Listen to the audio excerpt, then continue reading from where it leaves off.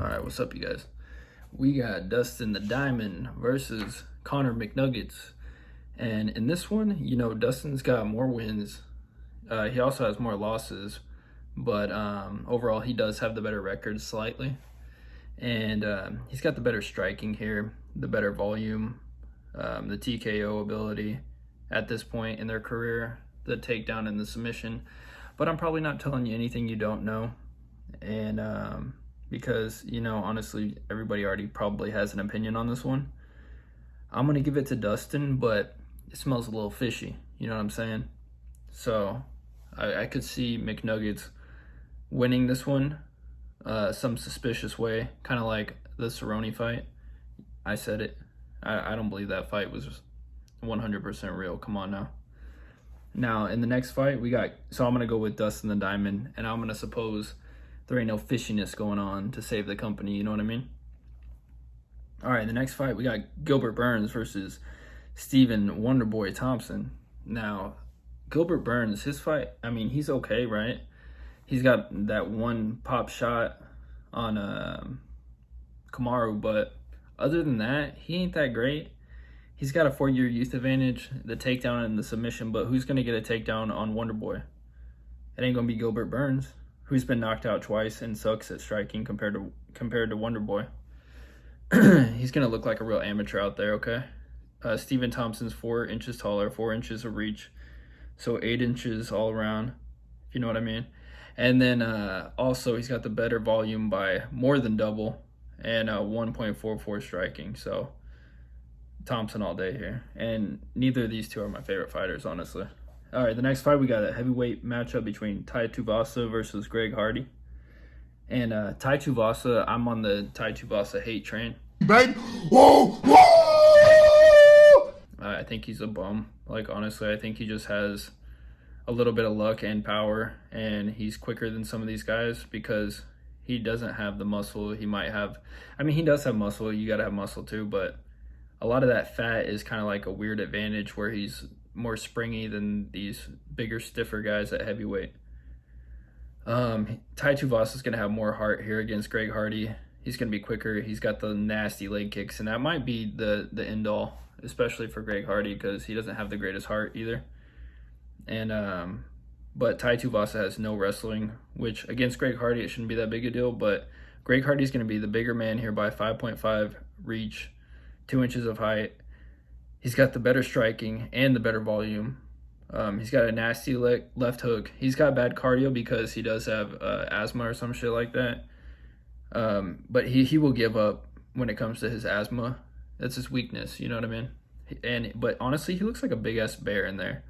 And I mean that with no disrespect. I mean that with all the respect in the world. And I think Greg, the Bear Hardy, is going to maul Tai Tuivasa. So I'm going to give it to Greg Hardy. Not a lot of confidence in that one for sure. All right, in the next fight, we got Irene Aldana versus Yana Kunitskaya. And, Irene Aldana, she's a beast. I see her getting a little hated on and shitted on by a couple of the other cappers and stuff like that. She does have negative striking somehow. I wouldn't have guessed that because she does have nasty hands. She's got a great guard. Strong and long, KO'd Rivera and would whoop Aspen Ladd. She would totally whoop Aspen Ladd. And I think Yana got beat by Aspen. Don't quote me there, but I believe so. And Irene's going to have 3 inches of height here. And she's going to have almost double the volume of Yana. So if it stays on the feet, I got Irene Aldana all day here. And Yana is going to have the 2-year youth advantage. But she was KO'd by Cyborg. Didn't actually beat Rivera. And Irene Aldana did.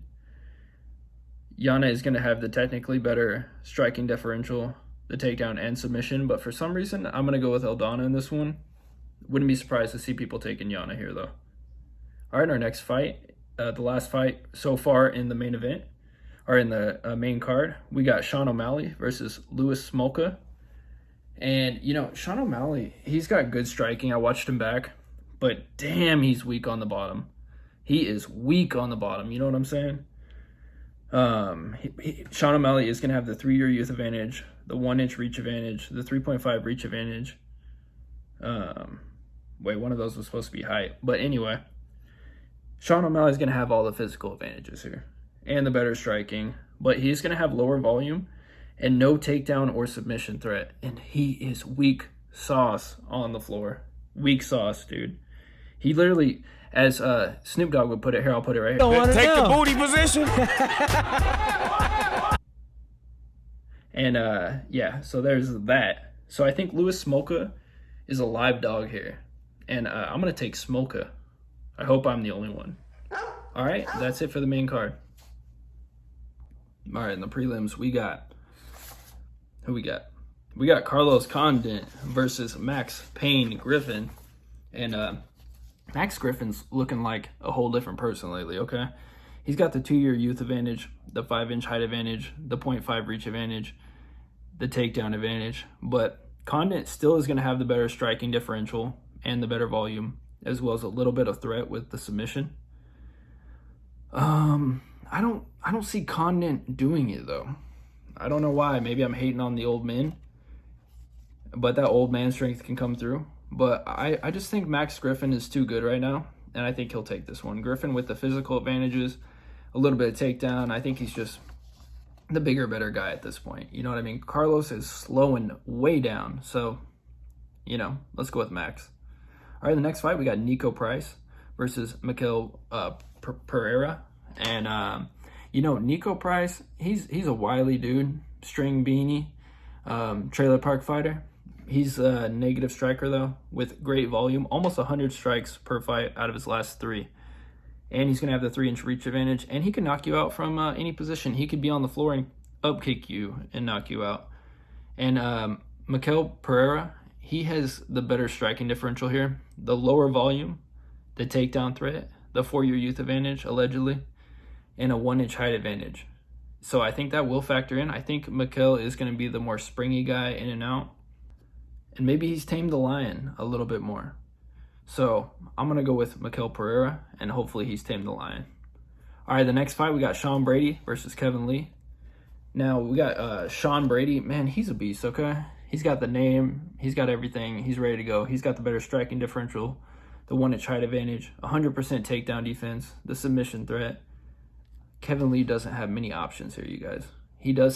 Kevin Lee does have a 5-inch reach advantage, and that's where it ends. Okay, these guys are going to have similar volume, but Sean Brady's better everywhere than Kevin Lee. And I don't think he's going to get another lucky baseball bat kick like he did against Gillespie. Let's go with Brady.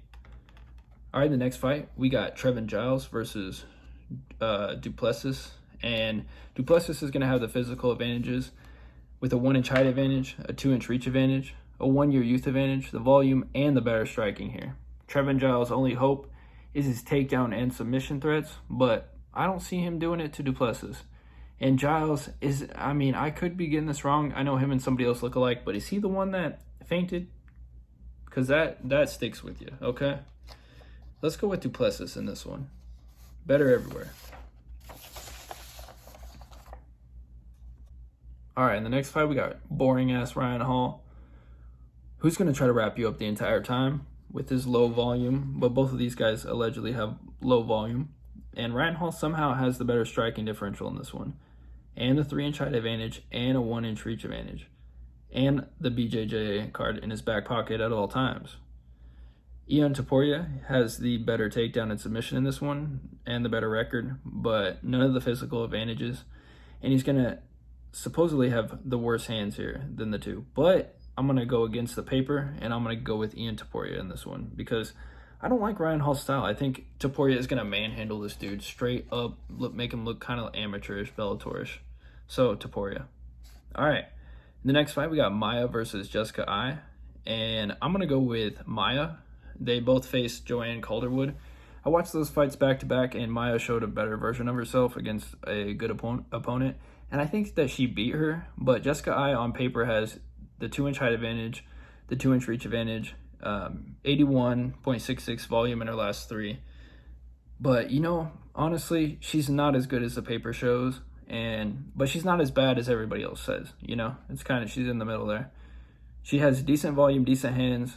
Her record is salty, but it's all good. But in this one, I'm going to go with Maya with takedowns and mixing it up and just being a better fighter. You know, she went toe-to-toe with Valentina and showed a good account of herself. I don't think Jessica Ai would do so hot. Let's go with Maya. Maybe they already fought, I don't know. But off of memory, I can't remember. Maya. All right, we got Omari Akhmedov versus Brad Tavares. And I see a lot of people picking Brad Tavares. And I see why. He's got decent hands and stuff like that. But I just see him get knocked out, kind of turning into a journeyman at this point. He's got the 1-inch height advantage, the 1-inch reach advantage, and that's where it ends. They have similar striking and volume in this one, but Omari's going to have the takedown and submission. I think that's all he's going to need against Tavares, and I'm going to go with Omari Akhmedov in this one. All right, in the next fight, we got Zhalgas Zhumagulov versus Jerome Rivera, and Jerome's going to have the 6-inch height advantage, the 6-inch reach advantage, and the better striking differential somehow, but this guy gets whacked, yo. He gets straight whacked. He accepts submissive. He accepts submissive positions, okay?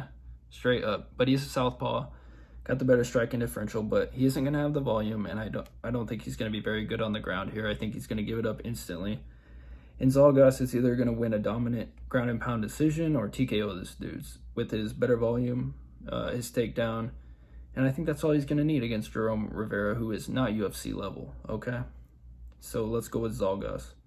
All right, our last fight, we got Hugh Yaozong versus Alen Amedovski. And Amedovski's getting some love, but dude is weak, okay? He's weak, okay? No volume, negative striker. He's just here to lose. He's got the 2-inch reach advantage, and that's it.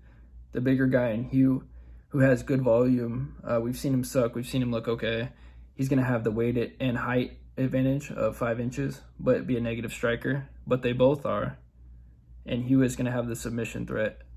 I think that Hugh's going to win this one just being bigger and maybe find a sneaky submission or some shit like that. Let's win some money.